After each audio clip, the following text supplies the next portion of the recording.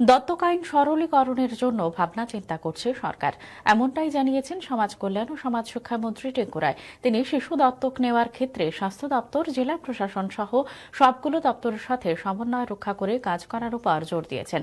আগরতলার প্রজ্ঞা ভবনে আজ দপ্তরের উদ্যোগে দত্তক গ্রহণ বিধিমালার উপর রাজ্যব্যাপী প্রশিক্ষণ কর্মশালার উদ্বোধন করে তিনি কথা বলেন।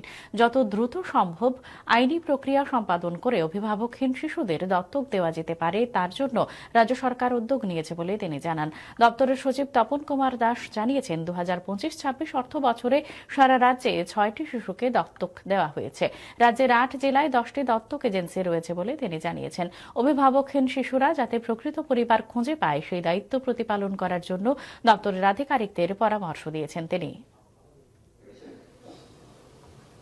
আমরা ওনাকে একটা সারা আগরতলাতে তাহলে পরে দেখা যায় থেকে যেসব সোশ্যালজি এবং ল আসলে কেন্দ্র সরকারের অধীনস্থ এই দত্তক নেওয়া দেওয়া, এটা বেসিক্যালি কেন্দ্র সরকারই কন্ট্রোল করেন, আমাদের মিনিস্ট্রি কন্ট্রোল করেন কারাতে। তো এত রাজ্য সরকার খুব একটা সরলীকরণের কিছু করা এটা সম্ভব নয় আমাদের দ্বারা।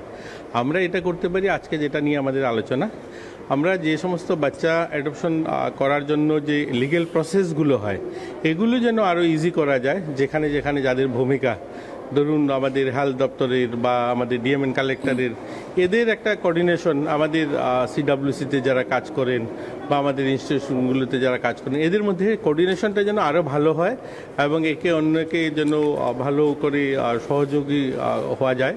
এর জন্যই আজকের এই সেমিনারটা, অর্থাৎ আমাদের সবগুলো দপ্তর, এখানে ডিএমএন কালেক্টরের প্রতিনিধিও রয়েছেন বা আমাদের সিডব্লিউসির লোকরাও রয়েছেন বা আমাদের যারা এই অ্যাডপশন সেন্টারগুলো চালান, যারা সেখানে যারা থাকেন কর্মকর্তা, তারাও রয়েছে। তো এদের মধ্যে একটা সমন্বয় সাধন করা, যে এগুলো লিগেল যে প্রসেসগুলো এগুলো যেন আরও দ্রুত গতিতে করা যায়, খুব তাড়াতাড়ি এই অ্যাডপশনের জন্য যে ফ্রি বাচ্চা যারা মানুষ নিতে পারে লিগেলি ধরনের সব ধরনের যেগুলো প্রয়োজন সেগুলো যেন যথাযথ তৈরি করা যায়। এই জন্যই আজকের এই আমাদের শিবিরটা।